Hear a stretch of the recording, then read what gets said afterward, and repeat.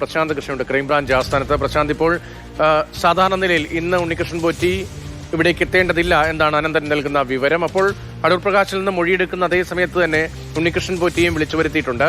അതിപ്പോൾ ഈ ക്രൈംബ്രാഞ്ച് ആസ്ഥാനത്തേക്കാണ് ഉണ്ണികൃഷ്ണൻ പോറ്റിയെ എത്തിക്കുന്നത്. ഈ ഒരുമിച്ചിരുത്തി കാര്യങ്ങളിൽ വ്യക്തതയിടുക, അങ്ങനെ ഒന്ന് ആലോചിക്കുന്നുണ്ടോ? അതോ രണ്ട് ഓഫീസിലായി നടക്കുന്ന മൊഴിയെടുക്കൽ, ചോദ്യം ചെയ്യൽ അങ്ങനെയാണോ?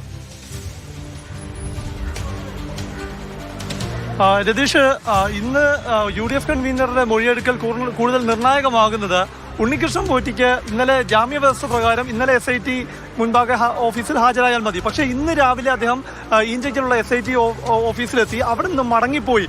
അതായത് ഇപ്പോൾ ഉണ്ണികൃഷ്ണൻ പോറ്റി പോലീസ് ആസ്ഥാനത്തുണ്ട് എന്ന വിവരങ്ങളാണ് നമുക്ക് ലഭിക്കുന്നത്.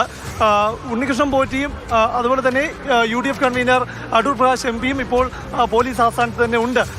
അപ്പോൾ ഒരുമിച്ചുള്ള മൊഴിയെടുപ്പ്, ചോദ്യം ചെയ്യലോ അല്ല, വ്യത്യസ്തമായി വൃത്തിയുള്ള വിവരശേഖരണമാണ് എന്ന വിവരമാണ്. എന്തായാലും ഉണ്ണികൃഷ്ണൻ പോറ്റി ഈഞ്ചയ്ക്കൽ ഓഫീസിൽ രാവിലെ വന്നിരുന്നു, അവിടെ നിന്ന് മടങ്ങിപ്പോവുകയും ചെയ്തു.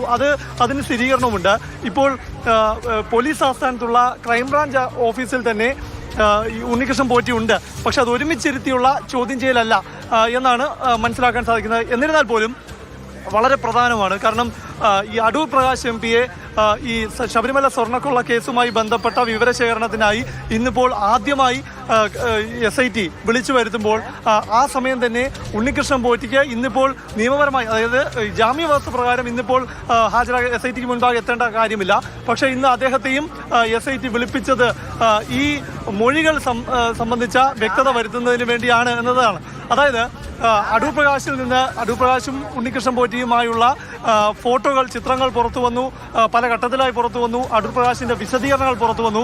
പക്ഷേ SITക്ക് മുൻപാകെ ഔദ്യോഗികമായും അടൂർ പ്രകാശിന്റെ മൊഴി വേണ്ടതുണ്ട്.